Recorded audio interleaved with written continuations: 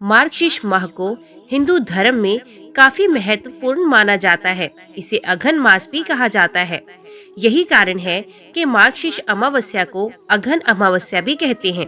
वैसे तो प्रत्येक अमावस्या का अपना एक खास महत्व होता है और अमावस्या तिथि स्नान दान तर्पण आदि के लिए जानी जाती है। लेकिन चूंकि मार्गशीर्ष माह के बारे में स्वयं श्री कृष्ण कहते हैं कि महीनों में वे मार्गशीर्ष है, इसका महत्व और अधिक बढ़ जाता है। जिस गीता को हिंदुओं में जीवन का दर्शन माना जाता है, उस गीता का ज्ञान मान्यता अनुसार भगवान श्री कृष्ण ने इसी माह में दिया था। अत इस माह की अमावस्या तिथि भी बहुत ही पुण्य फलदायी मानी जाती है। शास्त्रों में कहा गया है कि देवताओं से पहले अपने पूर्वजों पितरों को प्रसन्न करना चाहिए। अक्सर अपने पितरों को प्रसन्न करने के प्रयास करते भी हैं, लेकिन जिस प्रकार श्राद्ध पक्ष की अमावस्या को सर्व पितृ अमावस्या मनाई जाती है, उसी प्रकार अघन अमावस्या यानी मार्गशीर्ष अमावस्या को व्रत रखने से भी पितृ प्रसन्न किए जा सकते हैं। जिन जातकों की कुंडली में पितृ दोष हो, जिनकी कुंडली के योगों में संतान प्राप्ति के लक्षण ही ना दिखाई देते हों, या फिर भाग्य स्थान में राहु नीच के हों, इस प्रकार के पीड़ित योग वाले जातकों को इस अमावस्या का उपवास अवश्य करना चाहिए। मान्यता है कि इसके रखने से उपासक को मनोवांछित फल प्राप्त होते हैं। पौराणिक ग्रंथों में तो यहाँ तक कहा गया है कि इस अमावस्या के उपवास से न केवल पितृगण बल्कि ब्रह्मा, इंद्र, रुद्र, अश्विनी कुमार, सूर्य, अग्नि, पशु पक्षियों सहित सब भूत प्राणियों की तृप्ति होती है। प्रत्येक अमावस्या की तिथि पर स्नान दान का बहुत अधिक महत्व माना जाता है।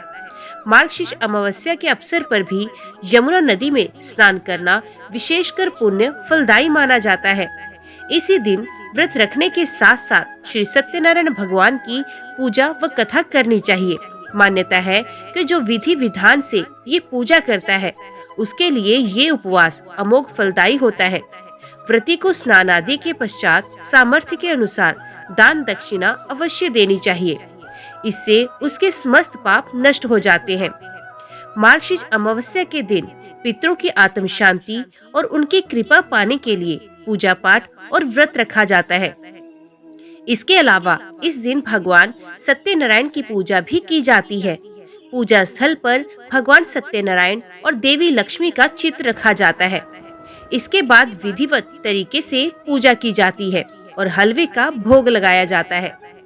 भगवान सत्यनारायण की कथा का पाठ करने के बाद पूजा संपन्न होती है और श्रद्धालुओं के बीच प्रसाद को बांटा जाता है। आज की वीडियो में हम भगवान सत्यनारायण की व्रत कथा आपके सामने प्रस्तुत करते हैं। उम्मीद करती हूँ कथा का पूरा फल लेने के लिए आप कथा को शुरू से लेकर अंत तक जरूर श्रवण करेंगे। ओम नमः शिवाय। सत्यनारायण व्रत कथा का पूरा संदर्भ ये है कि पूरा काल में शौनकादि ऋषि नैमिषारण्य स्थित महर्षि सूत के आश्रम पर पहुँचे। ऋषिगण महर्षि सूत से प्रश्न करते हैं कि लौकिक कष्ट मुक्ति, सांसारिक सुख समृद्धि एवं पारलौकिक लक्ष्य की सिद्धि के लिए सरल उपाय क्या है। महर्षि सूत शौनकादि ऋषियों को बताते हैं कि ऐसा ही प्रश्न नारद जी ने भगवान विष्णु से किया था। भगवान विष्णु ने नारद जी को बताया कि लौकिक क्लेश मुक्ति, सांसारिक सुख समृद्धि एवं पारलौकिक लक्ष्य सिद्धि के लिए ही एक ही राजमार्ग है, वे है सत्यनारायण व्रत। सत्यनारायण का अर्थ है सत्याचरण, सत्याग्रह और सत्यनिष्ठा। संसार में सुख समृद्धि की प्राप्ति सत्याचरण द्वारा ही संभव है। सत्य ही ईश्वर है। सत्याचरण का अर्थ है ईश्वर आराधन, भगवत पूजा। कथा का प्रारंभ सूत जी द्वारा कथा सुनाने से होता है। नारद जी भगवान श्री विष्णु के पास जाकर उनकी स्तुति करते हैं। स्तुति सुनने के अनंतर भगवान श्री विष्णु जी ने नारद जी से कहा, हे महाभाग, आप किस प्रयोजन से यहाँ आए हैं? आपके मन में क्या है, कहिए, वे सब कुछ मैं आपको बताऊंगा। नारद जी बोले, भगवान, मृत्यु लोक में आपने पाप कर्मों के द्वारा विभिन्न योनियों में उत्पन्न सभी लोग बहुत प्रकार के क्लेशों से दुखी हो रहे हैं। हे नाथ, किस लघु उपाय से उनके कष्टों का निवारण हो सकेगा? यदि आपकी मेरे ऊपर कृपा हो तो वे सब मैं सुनना चाहता हूँ, उसे बताएं। श्री भगवान ने कहा, हे वत्स, संसार के ऊपर अनुग्रह करने की इच्छा से आपने बहुत अच्छी बात पूछी है। जिस व्रत के करने से प्राणी मोह से मुक्त हो जाता है, उसे आपको बताता हूँ, सुनिए। हे वत्स, स्वर्ग और मृत्यु लोक में दुर्लभ भगवान सत्यनारायण का एक महान पुण्य पद व्रत है। आपके स्नेह के कारण इस समय मैं उसे कह रहा हूँ। अच्छे प्रकार विधि विधान से भगवान सत्यनारायण व्रत करके मनुष्य शीघ्र ही सुख प्राप्त करके परलोक में मोक्ष प्राप्त कर सकता है। भगवान की ऐसी वाणी सुनकर नारद मुनि ने कहा, प्रभु, इस व्रत को करने का क्या फल है? इसका विधान क्या है? इस व्रत को किसने किया और इसे कब करना चाहिए? ये सब विस्तार पूर्वक बताएं।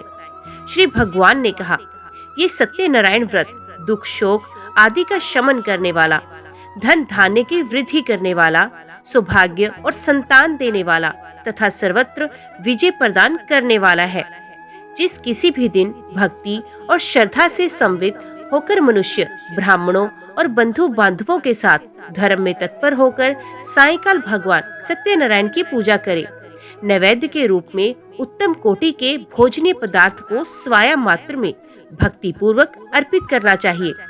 केले के फल, घी, दूध, गेहूं का चूर्ण अथवा गेहूं के चूर्ण के अभाव में साठी चावल का चूर्ण, शक्कर या गुड़, ये सब भक्ष्य सामग्री सवाया मात्रा में एकत्रित करके निवेदित करनी चाहिए।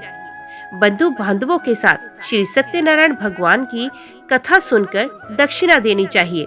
तदंतर बंधु बांधवों के साथ भोजन करना चाहिए। भक्ति पूर्वक प्रसाद ग्रहण करके नृत्य गीत आदि का आयोजन करना चाहिए।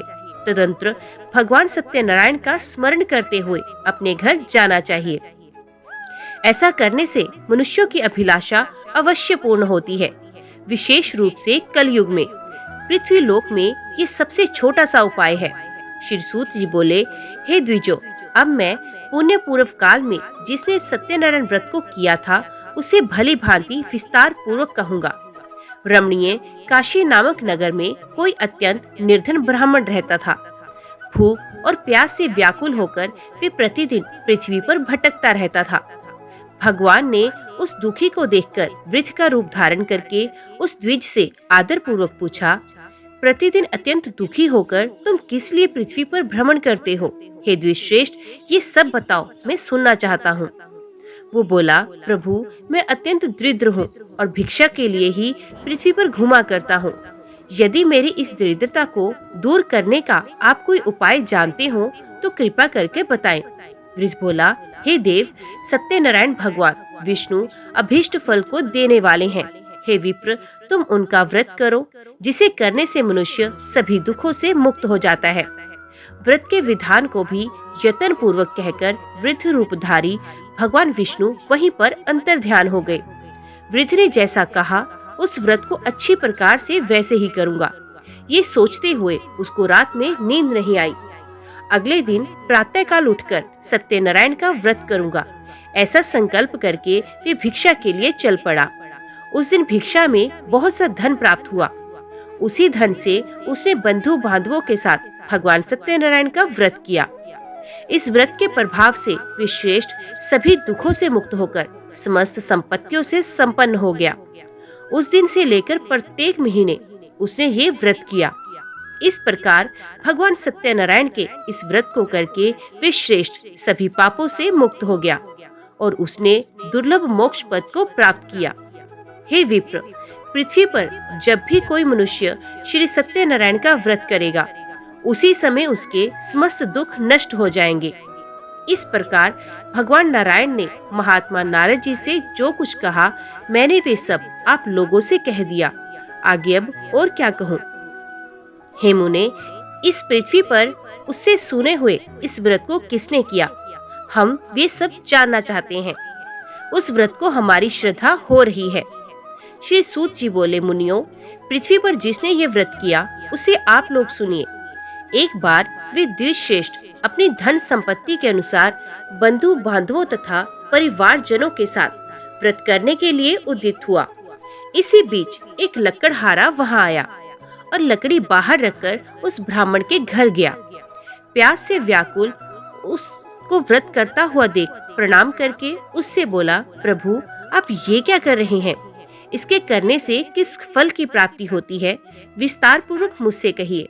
विप्र ने कहा, ये सत्यनारायण का व्रत है जो सभी मनोरथों को प्रदान करने वाला है। उसी के प्रभाव से मुझे ये सब महान धन धान्य आदि प्राप्त हुआ है। जल पीकर तथा प्रसाद ग्रहण करके वे नगर की ओर चल दिया। सत्यनारायण देव के लिए मन से ऐसा सोचने लगा कि आज लकड़ी बेचने से जो धन प्राप्त होगा उसी धन से भगवान सत्यनारायण का श्रेष्ठ व्रत करूंगा। इस प्रकार मन से चिंतन करता हुआ लकड़ी को मस्तक पर रखकर उस सुंदर नगर में गया जहाँ धन संपन्न लोग रहते थे। उस दिन उसने लकड़ी का दुगुना मूल्य प्राप्त किया।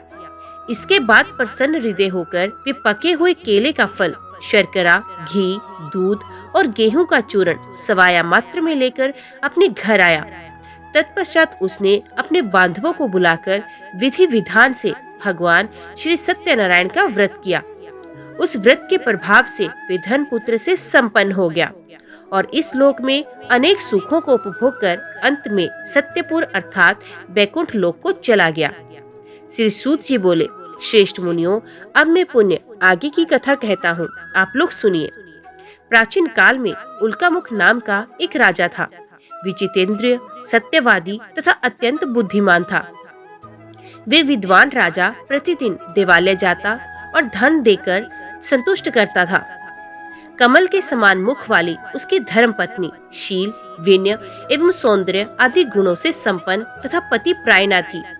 राजा एक दिन अपनी धर्म पत्नी के साथ भद्रशिला नदी के तट पर श्री सत्यनारायण का व्रत कर ही रहा था। उसी समय व्यापार के अनेक प्रकार की पुष्कल धन राशि से संपन्न एक साधु नाम का बनिया वहां आया। भद्रशिला नदी के तट पर नाव को स्थापित करके वे राजा के समीप गया और राजा को उस व्रत में दीक्षित देखकर विनय पूर्वक पूछने लगा। साधु ने कहा, राजन, आप भक्ति युक्त चित्त से ये क्या कर रहे हैं? कृपया ये सब मुझे बताएं, इस समय मैं सुनना चाहता हूँ। राजा बोले, हे साधु, पुत्र आदि की प्राप्ति की कामना से अपने बंधु बांधवों के साथ मैं अतुल तेज संपन्न भगवान विष्णु का व्रत एवं पूजन कर रहा हूँ। राजा की बात सुनकर साधु ने आदर पूर्वक कहा, राजन, इस विषय में आप मुझे सब कुछ विस्तार से बताएं। आपके कथनानुसार मैं व्रत एवं पूजन करना चाहता हूँ। मुझे भी संतति नहीं है, इससे अवश्य ही संतति प्राप्त होगी। ऐसा विचार कर वे व्यापार से निवृत्त हो आनंद पूर्वक अपने घर आया। उसने अपनी भार्या से संतान प्रदान करने वाले इस सत्यव्रत को विस्तार पूर्वक बताया तथा जब मुझे संतान प्राप्त होगी तब मैं इस व्रत को करूंगा। इस प्रकार उस साधु ने अपनी भार्या लीलावती से कहा। एक दिन उसकी लीलावती नाम की सती साध्वी भार्या पति के साथ आनंद चित्त से ऋतुकालीन धर्माचरण में प्रवृत्त हुई और भगवान श्री सत्यनारायण की कृपा से उसकी वे भार्या गर्भिणी हुई।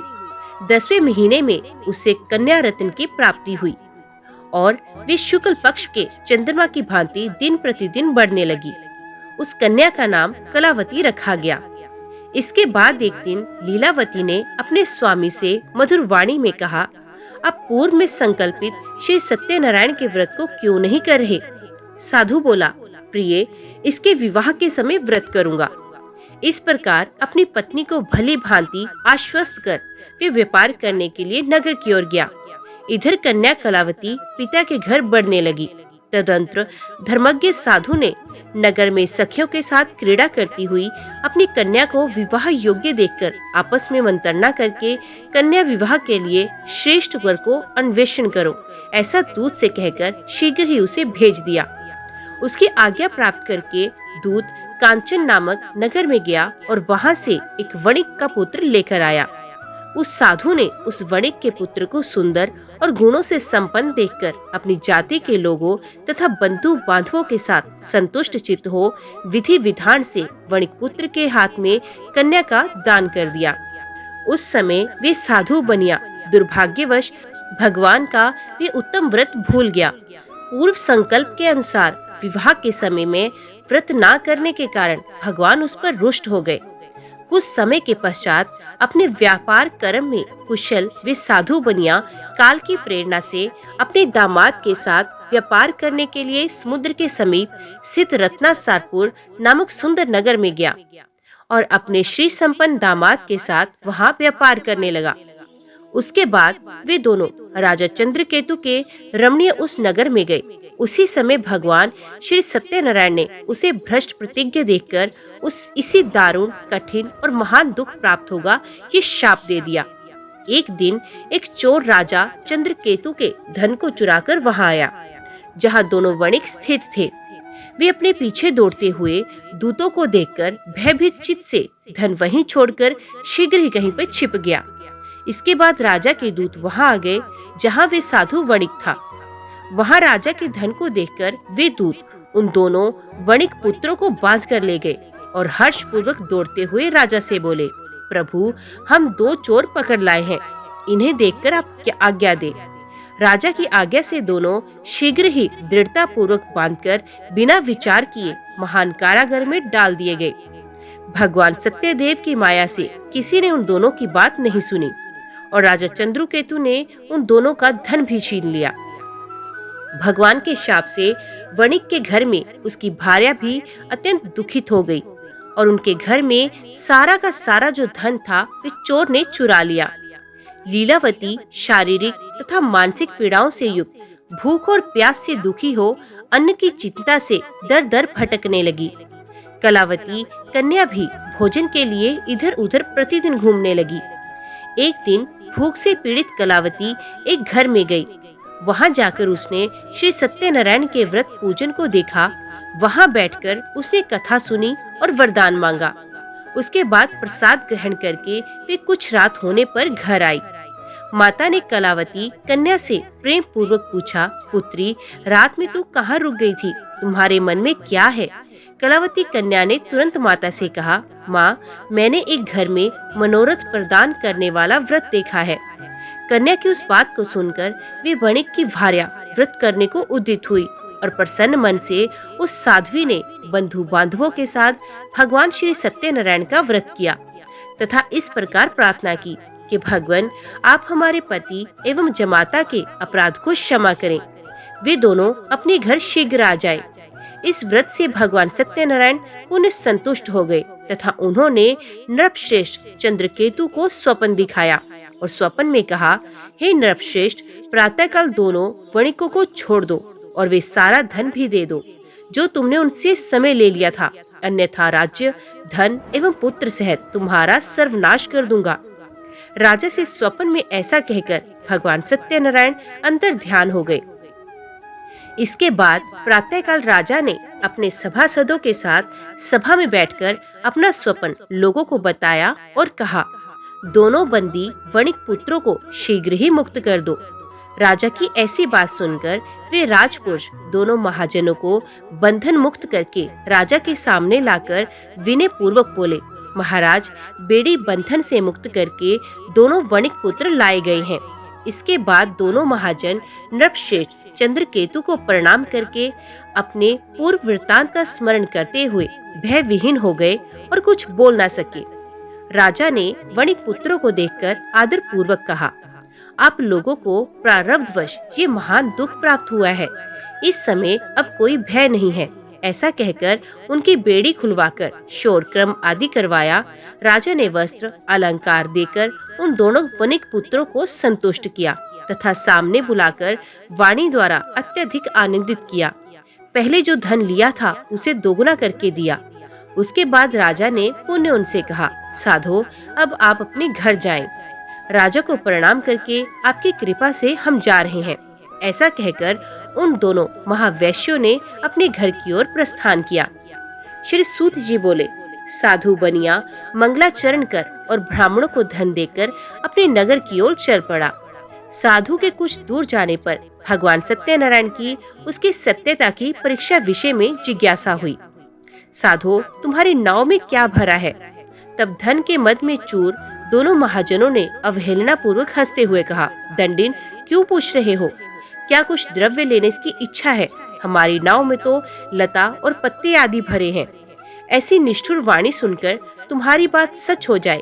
ऐसा कहकर दंडी सन्यासी का रूप धारण किए हुए भगवान कुछ दूर जाकर समुद्र के समीप बैठ गए। दंडी के चले जाने पर नित्य क्रिया करने के पश्चात उतराई हुई अर्थात जल में ऊपर की ओर उठी हुई नौका को देखकर साधु अत्यंत आश्चर्य में पड़ गया और नाव में लता और पत्ते आदि देखकर मूर्छित हो पृथ्वी पर गिर पड़ा। सचेत होने पर वणिक पुत्र चिंतित हो गया। तब उसके दामाद ने इस प्रकार कहा, आप शोक क्यों करते हैं? दंडी ने शाप दे दिया है। इस स्थिति में वे ही चाहें तो सब कुछ कर सकते हैं, इसमें संशय नहीं। अतः उन्हीं की शरण में हम चलते हैं, वही मन की इच्छा पूर्ण होगी। दामाद की बात सुनकर वे साधु बनिया उनके पास गया और वहां दंडी को देखकर उसने भक्ति पूर्वक उन्हें प्रणाम किया तथा आदर पूर्वक कहने लगा, आपके सम्मुख मैंने जो कुछ कहा असत्य भाषण रूप अपराध किया है, आप मेरे उस अपराध को क्षमा करें।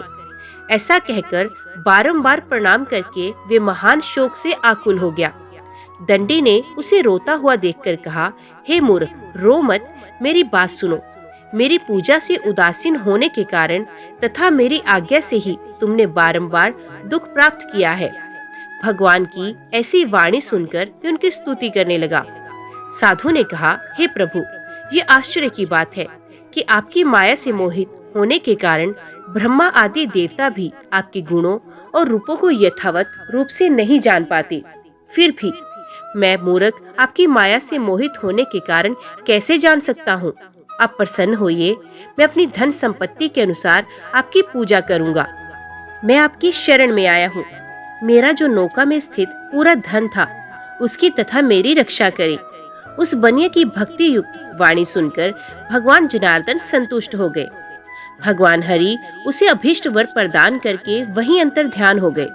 उसके बाद वे साधु अपनी नौका में चढ़ा उसे धन धान्य से परिपूर्ण देखकर भगवान सत्यदेव की कृपा से हमारा मनोरथ सफल हो गया। ऐसा कहकर स्वजनों के साथ उसने भगवान की विधिवत पूजा की। भगवान श्री सत्यनारायण की कृपा से वे आनंद से परिपूर्ण हो गया और नाव को प्रयत्न पूर्वक संभालकर उसने अपने देश के लिए प्रस्थान किया। साधु बनिया ने अपने दामाद से कहा, वे देखो, मेरी रतनपुरी नगरी दिखाई दे रही है। इसके बाद उसने अपने धन के रक्षक दूत को अपने आगमन का समाचार देने के लिए अपनी नगरी में भेजा। उसके बाद उस दूत ने नगर में जाकर साधु की भार्या को देख हाथ जोड़कर प्रणाम किया तथा उसके लिए अभीष्ट बात कही। सेठ जी अपने दामाद तथा बंधु वर्गों के साथ बहुत सारे धन धान्य से संपन्न होकर नगर के निकट पधार गए हैं। दूत के मुख से ये बात सुनकर वे महान आनंद से विवल हो गई और उस साध्वी ने श्री सत्यनारायण की पूजा करके अपनी पुत्री से कहा, मैं साधु के दर्शन के लिए जा रही हूँ, तुम शीघ्र आओ। माता का ऐसा वचन सुनकर व्रत को समाप्त करके प्रसाद का परित्याग कर वे कलावती भी अपने पति का दर्शन करने के लिए चल पड़ी। इससे भगवान सत्यनारायण रुष्ट हो गए और उन्होंने उसके पति को तथा नौका को धन के साथ हरण करके जल में डुबो दिया। इसके बाद कलावती कन्या अपने पति को ना देख महान शोक से रुदन करती हुई पृथ्वी पर गिर पड़ी। नाव का अदर्शन तथा कन्या को अत्यंत दुखी देख भयभीत मन से साधु बनिया से सोचा, ये क्या आश्चर्य हो गया। नाव का संचालन करने वाले भी सभी चिंतित हो गए। तदंतर वे लीलावती भी कन्या को देखकर विवल हो गई और अत्यंत दुख से विलाप करती हुई अपने पति से इस प्रकार बोली, अभी अभी नौका के साथ वे कैसे अलक्षित हो गया। ना जाने किस देवता की उपेक्षा से वे नौका हरण कर ली गई है, अथवा श्री सत्यनारायण का महात्म्य कौन जान सकता है। ऐसा कहकर वे स्वजनों के साथ विलाप करने लगी और कलावती कन्या को गोद में लेकर रोने लगी। कलावती कन्या भी अपने पति के नष्ट हो जाने पर दुखी हो गई और पति की पादुका लेकर उनका अनुगमन करने के लिए उसने मन में निश्चय किया। कन्या के इस प्रकार के आचरण को देख भार्या सहित वे धर्मज्ञ साधु बनिया अत्यंत शोक संतप्त हो गया और सोचने लगा, या तो भगवान सत्यनारायण ने ये अपहरण किया है अथवा हम सभी भगवान सत्यदेव की माया से मोहित हो गए हैं। अपनी धन शक्ति के अनुसार मैं भगवान श्री सत्यनारायण की पूजा करूंगा। सभी को बुलाकर इस प्रकार कहकर उसने अपने मन की इच्छा प्रकट की और बारंबार भगवान सत्यदेव को दंडवत प्रणाम किया। इससे दीनों के परिपालक भगवान सत्यदेव प्रसन्न हो गए। भक्त वत्सल भगवान ने कृपा पूर्वक कहा, तुम्हारी कन्या प्रसाद छोड़कर अपने पति को देखने चली आई है। निश्चय ही इसी कारण इसका पति अदृश्य हो गया। यदि घर जाकर प्रसाद ग्रहण करके वे पुण्य आए तो हे साधु बनिया, तुम्हारी पुत्री पति को प्राप्त करेगी, इसमें कोई संशय नहीं। कन्या कलावती भी आकाश मंडल में ऐसी वाणी सुनकर शीघ्र ही घर गई और उसने प्रसाद ग्रहण किया। पुण्य आकर स्वजनों तथा अपने पति को देखा। तब कलावती कन्या ने अपने पिता से कहा, अब तो घर चले, विलंब क्यों कर रहे हैं। कन्या की वे बात सुनकर वणिक पुत्र संतुष्ट हो गया और विधि विधान से भगवान सत्यनारायण का पूजन करके धन तथा बंधु बांधवों के साथ अपने घर गया। तदंतर पूर्णिमा तथा संक्रांति पर्वों पर भगवान सत्यनारायण का पूजन करते हुए इस लोक में सुख भोग कर अंत में वे सत्यपुर बैकुंठ लोक में चला गया। श्री सूत जी बोले, श्रेष्ठ मुनियों, अब इसके बाद मैं दूसरी कथा कहता हूँ, आप लोग सुनिए। अपनी प्रजा का पालन करने पे तत्पर तुंगध्वज नामक एक राजा था। उसने सत्यदेव के प्रसाद का परित्याग करके दुख प्राप्त किया। एक बार वे वन में जाकर और वहाँ बहुत सी पशुओं को मारकर वट वृक्ष के नीचे आया। वहाँ उसने देखा कि गोपगण बंधु बांधवों के साथ संतुष्ट होकर भक्ति पूर्वक भगवान सत्यदेव की पूजा कर रहे हैं। राजा ये देखकर ही अहंकारवश ना तो वहाँ गया और ना ही उसने भगवान सत्यनारायण को प्रणाम ही किया। पूजन के बाद सभी गोपगण भगवान का प्रसाद राजा के समीप रखकर वहाँ से लौट आए और इच्छा अनुसार उन सभी ने भगवान का प्रसाद ग्रहण किया। इधर राजा को प्रसाद का परित्याग करने से बहुत दुख हुआ। उसका संपूर्ण धन धान्य एवं सभी सोपुत्र नष्ट हो गए। राजा ने मन में ये निश्चय किया कि अवश्य ही भगवान सत्यनारायण ने हमारा नाश कर दिया, इसलिए मुझे वहां जाना चाहिए जहां श्री सत्यनारायण का पूजन हो रहा था। ऐसा मन में निश्चय करके वे राजा गोपगणों के समीप गया और उसने गोपगणों के साथ भक्ति श्रद्धा से युक्त होकर विधि पूर्वक भगवान सत्यदेव की पूजा की। भगवान सत्यदेव की कृपा से वे पुण्य, धन और पुत्रों से संपन्न हो गया तथा इस लोक में सभी सुखों का उपभोग कर अंत में सत्यपुर वैकुंठ लोक को प्राप्त हुआ। श्री सूत जी कहते हैं, जो व्यक्ति इस परम दुर्लभ श्री सत्यनारायण के व्रत को करता है और पुण्यमय तथा फल प्रदायिनी भगवान की कथा को भक्ति युक्त होकर सुनता है, उसे भगवान सत्यनारायण की कृपा से धन धान्य आदि की प्राप्ति होती है। दरिद्र धनवान हो जाता है, बंधन में पड़ा हुआ बंधन से मुक्त हो जाता है, डरा हुआ व्यक्ति भय मुक्त हो जाता है। ये सत्य बात है, इसमें संशय नहीं है। इस लोक में वे सभी फलों का भोग प्राप्त करके अंत में सत्यपुर वैकुंठ लोक हो जाता है। इस प्रकार मैंने आप लोगों से भगवान सत्यनारायण के व्रत को कहा, जिसे करके मनुष्य सभी दुखों से मुक्त हो जाता है। कलयुग में तो भगवान सत्यदेव की पूजा विशेष फल प्रदान करने वाली है। भगवान विष्णु को ही कुछ लोग काल, कुछ लोग सत्य, कोई ईश, कोई सत्यदेव तथा दूसरे लोग सत्यनारायण नाम से कहेंगे। अनेक रूप धारण करके भगवान सत्यनारायण सभी का मनोरथ सिद्ध करते हैं। कलयुग में सनातन भगवान विष्णु ही सत्यव्रत रूप धारण करके सभी का मनोरथ पूर्ण करने वाले होंगे।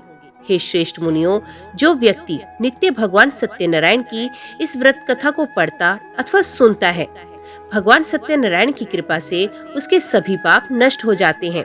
हे मुनीश्वरों, पूर्व काल में जिन लोगों ने भगवान सत्यनारायण का व्रत किया था, उसके अगले जन्म का वृतांत कहता हूँ, आप लोग सुनिए। महाप्रज्ञा संपन्न सत्यनारायण व्रत करने के प्रभाव से दूसरे जन्म में सुदामा हुए और उस जन्म में भगवान श्री कृष्ण का ध्यान करके उन्होंने मोक्ष प्राप्त किया। लकड़हाला भिल गुहों का राजा हुआ और अगले जन्म में उसने भगवान श्री राम की सेवा करके मोक्ष प्राप्त किया। महाराज उल्कामुख दूसरे जन्म में राजा दशरथ हुए, जिन्होंने श्री रंगनाथ जी की पूजा करके अंत में वैकुंठ प्राप्त किया। इसी प्रकार धार्मिक और सत्यव्रती साधु पिछले जन्म के सत्यव्रत के प्रभाव से दूसरे जन्म में मोरध्वज नामक राजा हुआ। उसने आरे से चिरकर अपने पुत्र की आधी देह भगवान विष्णु को अर्पित करके मोक्ष प्राप्त किया। महाराज तुंगध्वज जन्मांतर में स्वयंभू मनु हुए और भगवत संबंधी संपूर्ण कार्यों का अनुष्ठान करके वैकुंठ लोक को प्राप्त हुए। जो गोपगण थे वे सब जन्मांतर में ब्रज मंडल में निवास करने वाले गोप हुए और सभी राक्षसों का संहार करके उन्होंने भी भगवान का शाश्वत धाम गोलोक प्राप्त किया। जय हो सत्यनारायण भगवान की। तो यहाँ पर सत्यनारायण व्रत कथा संपन्न होती है। अभी हम श्रवण करते हैं अमावस्या की कहानी। एक शाहूकार था, उसके 7 बेटे, बहू व एक बेटी थी। उसके घर एक जोगी भिक्षा लेने आता। जब बहुएं भिक्षा देती तो वे ले लेता, लेकिन जब बेटी देती तो जोगी भिक्षा नहीं लेता और बोलता, बेटी सुहागन तो है पर इसके भाग्य में दुख लिखा है। ऐसा सुनकर बेटी दुबली होने लगी। तो बेटी की माँ ने बेटी से पूछा, तो क्यों सूखकर कांटा हो रही है? बेटी की माँ ने जोगी वाली बात बताई। दूसरे दिन माँ ने छुपकर जोगी की बात सुनी और जोगी के पांव पकड़ लिए और कहा कि आप ही कुछ उपाय बताएं। इसके भाग्य में क्या लिखा है, इसका क्या उपाय है? जोगी ने कहा, 7 समुद्र पार एक सोमा धोबन रहती है। वे प्रत्येक माह सुखिया अमावस्या का व्रत करती है। यदि वे इसका फल इसको दे दे, इसके भाग्य में लिखे दुख टल जाएंगे। उसकी माँ सोमा धोबन की तलाश में 7 समुद्र पार सोमा धोबन को ढूंढने चली गई। रास्ते में पीपल के पेड़ के नीचे विश्राम करने लगी तो देखा एक सांप गरुड़ पक्षी के बच्चे को खा जाएगा, तो उसने सांप को मार दिया। इतने में गरुड़ पक्षी का जोड़ा उड़ता उड़ता आकाश से आया और चोंच मारने लगा। तो वो बोली, मैंने तो तेरे बच्चों को बचाया है, तेरा गुनाहगार मरा पड़ा है। गरुड़ बोला, जो मांगना है सो मांग ले।